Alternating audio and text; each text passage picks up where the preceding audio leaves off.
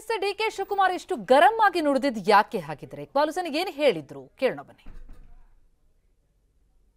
ನಮಗೆ ನಮ್ಮ ನಾಯಕರಿಗೆ ಡಿಕೆ ಶಿವಕುಮಾರ್ ಅವ್ರಿಗೆ ಒಂದು ಅವಕಾಶ ನೀವು ಮಾಡಿಕೊಡಬೇಕು. ಪಕ್ಷ ಸಂಘಟನೆ ಮಾಡಿದ್ದಾರೆ, ಪಕ್ಷಕ್ಕೆ ಸಾಕಷ್ಟು ರೀತಿಯಲ್ಲಿ ಹೋರಾಟ ಮಾಡಿ ಇವತ್ತಿನ ಪರಿಸ್ಥಿತಿಗೆ ಇದು ತಲುಪಿಸಿದ್ದಾರೆ. ಇದನ್ನೆಲ್ಲ ಕೂಡ ಅವರು ಅಧ್ಯಕ್ಷರಾದಂಥ ಸಂದರ್ಭದಲ್ಲಿ ನಮ್ಮ ಸಂಖ್ಯೆ ಎಷ್ಟಿತ್ತು, 70,000 75 ಅವತ್ತೆಲ್ಲ ನಮ್ಮ ಸಂಖ್ಯೆ ಇತ್ತು ಅವತ್ತೆಲ್ಲ ಕೂಡ ಅವತ್ತು.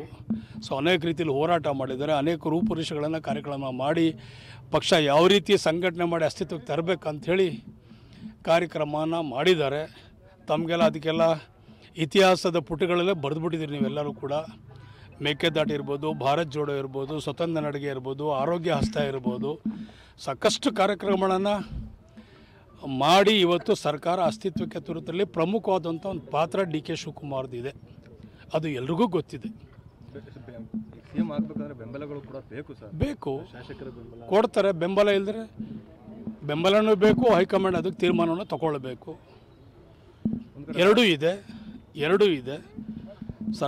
ಶಾಸಕರು ಬೆಂಬಲವನ್ನು ಕೊಡ್ತಾರೆ, ಸರ್ಕಾರ ಹೈಕಮಾಂಡ್ ತೀರ್ಮಾನವನ್ನು ತಗೊಳ್ತಾರೆ. ಎಷ್ಟು ಶಾಸಕರ ಬೆಂಬಲವಾಗಿರ್ಬೋದು ಅದು ಗೊತ್ತಿಲ್ಲ. ಸಾಕಷ್ಟು ಜನ ಎಲ್ಲರೂ ಕೂಡ ಒಂದು ಬದಲಾವಣೆ ಬೇಕು. ನಾವೆಲ್ಲರೂ ಕೂಡ ಇನ್ನೂ ಹೆಚ್ಚಿನ ರೀತಿಯಲ್ಲಿ ಅಭಿವೃದ್ಧಿಯನ್ನು ಕಾಣಬೇಕು.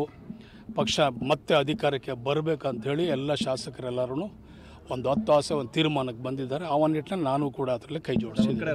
ನಾನು ಅದನ್ನು ಹೇಳ್ತಾ ಇದ್ದೀನಿ, ನಾನು ಸುತ್ತಿ ಬಳಸಿ ಮಾತಾಡೋಣ ಅಲ್ಲ. ಡಿ ಕೆ ಶಿವಕುಮಾರ್ ಅವರು ಒಂದು ಸಲ ಈ ಸಂದರ್ಭದಲ್ಲಿ ಇನ್ನು 2.5 ವರ್ಷ ಅವರು CM ಆಗಬೇಕನ್ನೋದೇ ನಮ್ಮ ಅಭಿಲಾಷೆ.